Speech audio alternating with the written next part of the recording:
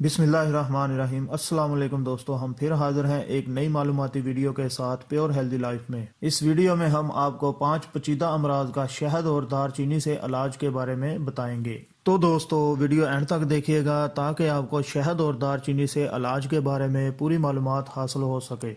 दारचीनी और शहद का रोज़ाना इस्तेमाल नस्वानी सेहत के मसाइल का बेहतरीन हल है। कुरान पाक में अल्लाह ताला ने शहद के बारे में फरमाया है कि इसमें लोगों के लिए शफा है। तिब्बे यूनानी में शहद को तमाम बीमारियों के इलाज के लिए अक्सीर करार दिया गया है। जदीद तहकीक से ये बात भी साबित हो गई है कि शहद में वाकई शफा है। अब हम आपको मुख्तलिफ बीमारियों का आसान और घरेलू इलाज बताते हैं। जोड़ों का दर्द, 1 चम्मच खालिश शहद, 2 चम्मच नीम गर्म पानी और आधा चम्मच दारचीनी का सफूफ लेकर इसका पेस्ट बना लें और इसको सुबह शाम दुखते जोड़ों पर लगाएं। चंद दिनों में दर्द और सोजश से अफाका होगा। जोड़ों के दर्द के मुस्तकिल मरीज रोजाना सुबह व शाम 1 कप नीम गर्म पानी में 2 चम्मच शहद, 1 चम्मच दारचीनी का सफूफ मिलाकर इस्तेमाल करें। इससे बीमारी में खातर ख्वाह कमी होगी। गंजापन, सर पे बाल उगाने के लिए जैतून के तेल के 2 चम्मच, 1 चम्मच शहद, 1 चम्मच सफूफ दारचीनी लेकर पेस्ट बनाएं और नहाने से 15 मिनट पहले सर पर लगाएं और इसके बाद सर धो लें। इससे बाल आना शुरू हो जाएंगे।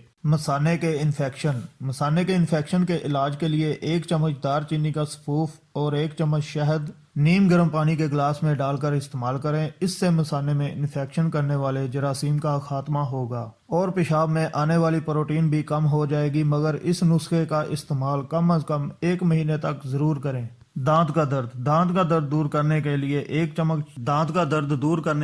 1 चम्मच सफूफ दारचीनी और 5 चम्मच शहद लेकर पेस्ट बनाएं और मुतासरा दांतों पर लगाएं। दांतों के दर्द और सोजश से अफाका होगा। दिल के अमराज, शहद और सफूफ दारचीनी का पेस्ट बनाकर रोटी या डबल रोटी पर लगाकर इस्तेमाल करने से कोलेस्ट्रॉल कम होता है, बल्कि दिल के अमराज से भी बचाता है। तो दोस्तों ये थी हमारी आज की मालूमाती वीडियो। उम्मीद है आपको पसंद आई होगी।